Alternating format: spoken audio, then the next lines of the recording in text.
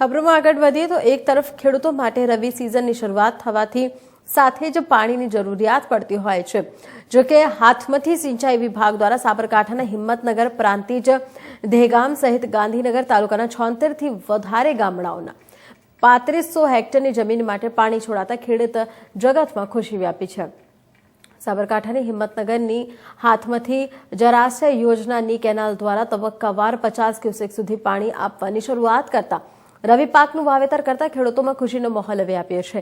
સાબરકાંઠાના હિંમતનગર પ્રાંતિજ સહિત ગાંધીનગર તેમજ દહેગામ તાલુકાના 76 થી વધારે ગામડાઓમાં ડાબા કાંઠાની કેનાલ દ્વારા પાણી આપવાની શરૂઆત કરાઈ છે, જેમાં બટાકા, શાકભાજી, ઘઉં, ચણા, તંબાકુ સહિતના પાકો માટે પાણીની વ્યાપક શરૂઆત રહેતી હોય છે, જે અંતર્ગત આગામી 15મી નવેમ્બર સુધી પાણી અપાશે। સાથોસાથ તબક્કાવાર 5 વખત ડાબા કાંઠાની કેનાલથી પાણી આપવાની શરૂઆત કરતા ખેડૂતોમાં પણ આનંદની લહેર છવાઈ છે।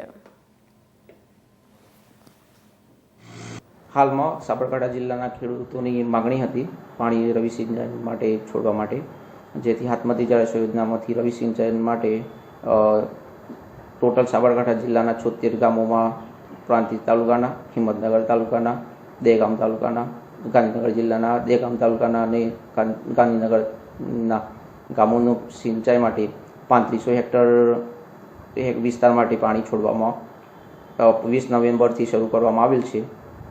હાલ જે આ સિંચાઈ દ્વારા પાણી છોડી છે તે અમારા 70 થી 80% ખેડૂતોને પાણીનો ફાયદો છે અને હાલ ઘઉંનું વાવેતર ચાલુ થયું છે, એટલે ખરેખર તો અમારા સિંચાઈના પાણીથી અમને ઘણો ફાયદો છે। આમાં શું કયા પાકોને ફાયદો થશે?